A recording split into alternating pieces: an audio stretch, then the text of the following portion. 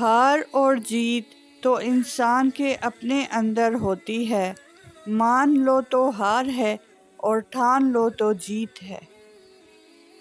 جو آپ پر اپنے فیصلے مسلط کرتے ہیں، یقین کریں وہ بعد میں آپ کے قریب بھی نہیں لگتے۔ اس لیے اپنی زندگی کا فیصلہ خود کریں، خود کو قربانی کا بکرا ہرگز نہ بنائیں، ورنہ زندگی بھر کی تکلیف اور پچھتاوا سکون سے جینے نہیں دے گا۔ انسان رشتوں کی تلخیاں کبھی نہیں بھولتا، مگر رشتوں کو آگے بڑھانے اور نبھانے کے لیے بہت مرتبہ اسے یہ ثابت کرنا پڑتا ہے کہ اسے کچھ یاد نہیں۔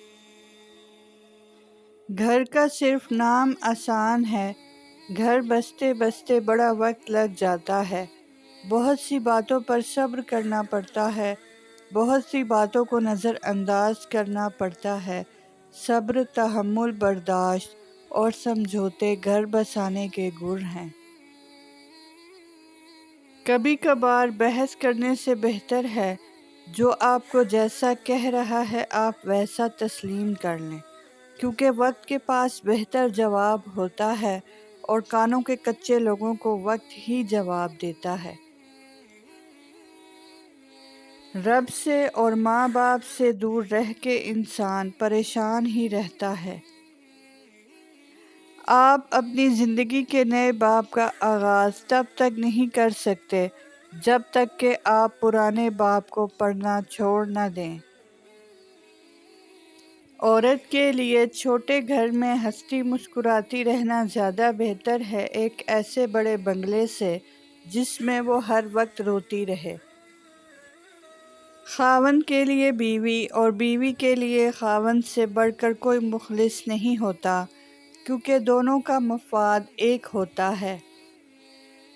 جب کوئی نہ سمجھ رہا ہو تب خاموش ہو جانا بہتر ہے، بحث باتوں کو بگاڑ دیتی ہے۔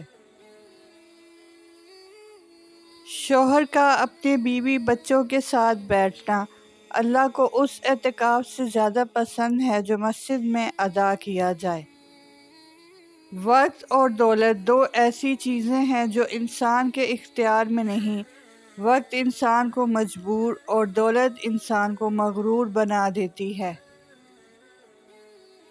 انسان کی چاہت ہے کہ اڑنے کو پر ملیں اور پرندے کی چاہت ہے رہنے کو گھر ملے۔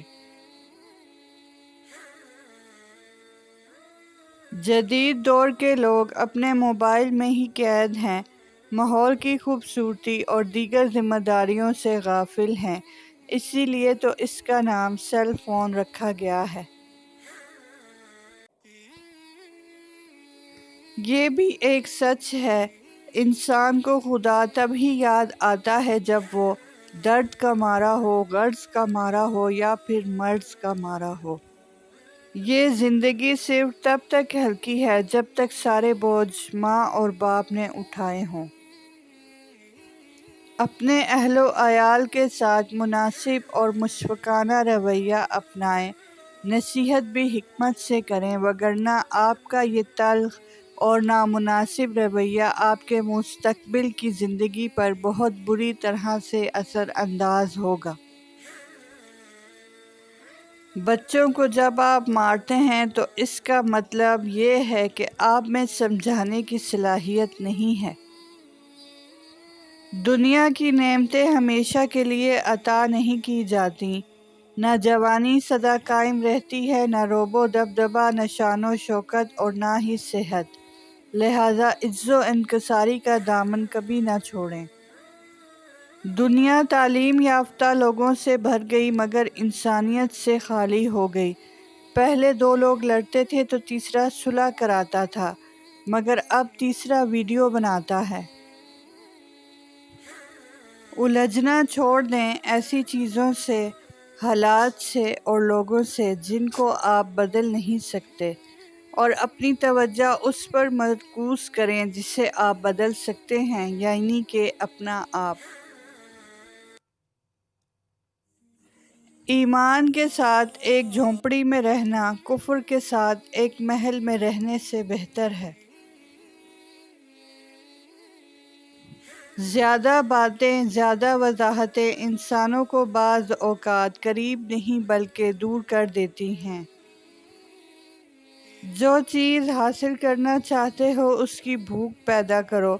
کچھ لوگ ہوتے تو آپ کے ہیں لیکن حقیقت پسندی کی وجہ سے ساتھ دوسروں کا دیتے ہیں۔ یاد رکھیں، معافی کے حقدار بھی غلطی کرنے والے ہوتے ہیں، چالاکی کرنے والے نہیں۔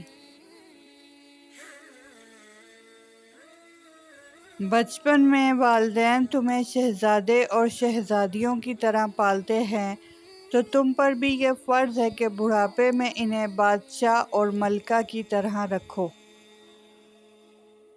گھر میں عورت کا ذہنی سکون بہت ضروری ہے کیونکہ عورت صرف بچے نہیں پالتی بلکہ پوری ایک نسل کی پرورش کرتی ہے۔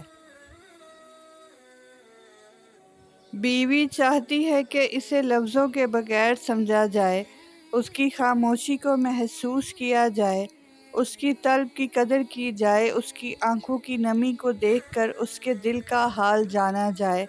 ہاں، بیوی چاہتی ہے کہ اس سے ایسی محبت کی جائے کیونکہ یہ واجب المحبت ہونا چاہتی ہے۔ میاں بیوی کی آپس کی محبت بھی عبادت ہے۔ اگر میاں بیوی کا رشتہ معمولی ہوتا تو قرآن میں بار بار اس کا تذکرہ نہ ہوتا۔ آپس کی ذمہ داری کو عبادت سمجھیں، نہ کہ بوجھ خیال کریں۔ عبادت کا خیال توانائی دیتا ہے جبکہ بوجھ سمجھنے سے زندگی تلخ ہو جاتی ہے۔ ضد انسان کو لے ڈوبتی ہے، چاہے اچھے کی ہو یا برے کی۔ زندگی لچک مانگتی ہے اور جو انسان بات بے بات رشتے ناطے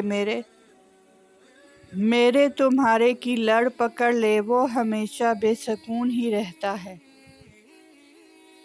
زندگی میں جب کبھی ہمارا خود سے سامنا ہوتا ہے تو پتہ چلتا ہے کہ ہم نے بیکار خواہشوں کی خاطر اپنا دل کتنا دکھا رکھا ہے۔ اس بات کا یقین رکھو کہ جنہوں نے آپ کو بے سکون کیا ہے وہ پرسکون ہونے کی جتنی بھی اداکاری کر لیں، سکون میں وہ کبھی بھی نہیں ہو سکتے۔ اگر آپ رزق ہی نہیں لیتے تو پھر آپ کی کیا زندگی ہے؟ رزق لینا ہی اصل زندگی ہے۔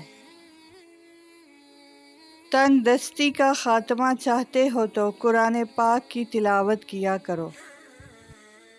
خواہشات کا گھوڑا بے لگام ہو جائے تو اپنے ہی سوار کو گرا کر پیروں تلے روند ڈالتا ہے۔